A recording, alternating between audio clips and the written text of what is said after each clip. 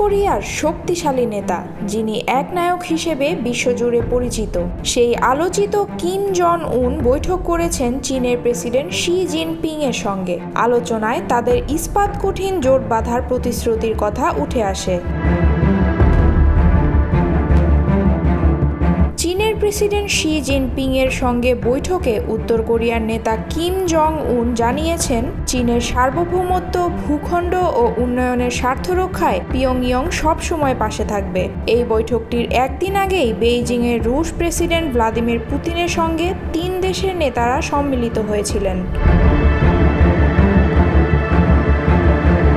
দ্বিতীয় বিশ্বযুদ্ধে জাপানের বিরুদ্ধে বিজয়ের 80 বছর পূর্তি উপলক্ষে চীনের রাজধানী বেইজিংয়ে একটি বিশাল সামরিক কুচকাওয়াজ অনুষ্ঠিত হয়। এর পরদিন বৃহস্পতিবার কিম জং উন ও শি জিনপিং এর মধ্যে দ্বিপাক্ষিক বৈঠক হয়। সেই অনুষ্ঠানে রুশ প্রেসিডেন্ট ভ্লাদিমির পুতিনও উপস্থিত ছিলেন। পুরো আয়োজন জুড়ে বেইজিং, মস্কো ও পিয়ংইয়ং এর ঘনিষ্ঠ সম্পর্ক আবারও প্রকাশ পায়।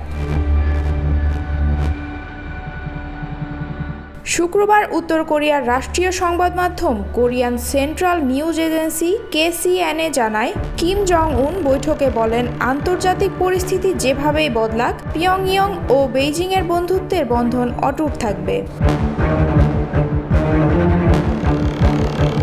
তিনি আরও বলেন, উত্তর কোরিয়া সবসময় চীনা কমিউনিস্ট পার্টি ও গণপ্রজাতন্ত্রী চীনের সরকারের সার্বভৌমত্ব, ভৌগোলিক অখণ্ডতা ও জাতীয় উন্নয়ন স্বার্থ রক্ষার প্রচেষ্টাকে সমর্থন করবে।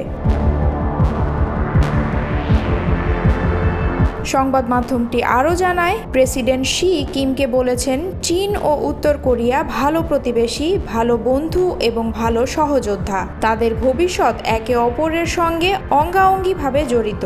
তিনি দুই দেশের সম্পর্ক রক্ষা, সুদৃঢ় ও উন্নত করার প্রত্যয়ও ব্যক্ত করেন। বৈঠকের পর কিম জং উন বৃহস্পতিবারই বেইজিং ছাড়েন।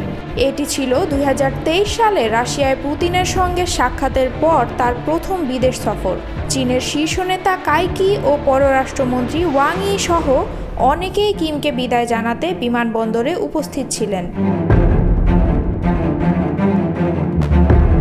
চীনের সামরিক প্রদর্শনীর ফাঁকে শি, কিম ও পুতিন প্রায় 2.5 ঘন্টা বৈঠক করেন।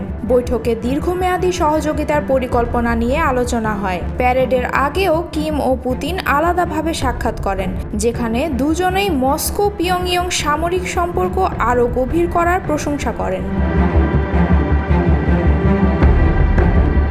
এই বৈঠক ঘিরে যুক্তরাষ্ট্রের প্রেসিডেন্ট ডোনাল্ড ট্রাম্প এক বিতর্কিত মন্তব্য করে বলেন, যুক্তরাষ্ট্রের বিরুদ্ধে ষড়যন্ত্র করার সময় পুতিন ও কিমকে আমার শুভেচ্ছা জানাবেন। এই বার্তাটি তিনি নিজের সোশ্যাল প্ল্যাটফর্মে শি জিনপিংকে উদ্দেশ্য করে দেন। তবে ক্রেমলিনের এক উপদেষ্টা এই মন্তব্যকে হাস্যকর বলে উড়িয়ে দেন। বৈঠকের পর পুতিন উত্তর কোরিয়ার প্রতিষ্ঠা দিবসে কিমকে একটি বার্তা পাঠান। সেখানে তিনি ইউক্রেন যুদ্ধ নিয়ে পিয়ংইয়ংয়ের সমর্থনের প্রশংসা করে বলেন, কুচরো অঞ্চল মুক্ত করতে আপনার বাহিনীর বীরত্বপূর্ণ অংশগ্রহণ রাশিয়া উত্তর কোরিয়ার বন্ধুত্ব ও পারস্পরিক সহায়তার প্রতীক। কোরিয়ার রাষ্ট্রীয় সংবাদ মাধ্যম আরও জানায়, কিম বৈঠকে পুতিনকে বলেন, রুশ বাহিনীর পাশে দাঁড়ানো ভ্রাতৃসুলভ দায়িত্ব এবং উত্তর কোরিয়া সম্পূর্ণভাবে রাশিয়ার সামরিক প্রচেষ্টাকে সমর্থন করবে। উল্লেখ্য, উত্তর কোরিয়া বিতর্কিতভাবে রাশিয়ায় হাজার হাজার সেনা পাঠিয়েছে এবং ইউক্রেন যুদ্ধে ব্যবহার উপযোগী গোলাবারুদ ও ক্ষেপণাস্ত্র সরবরাহ করছে।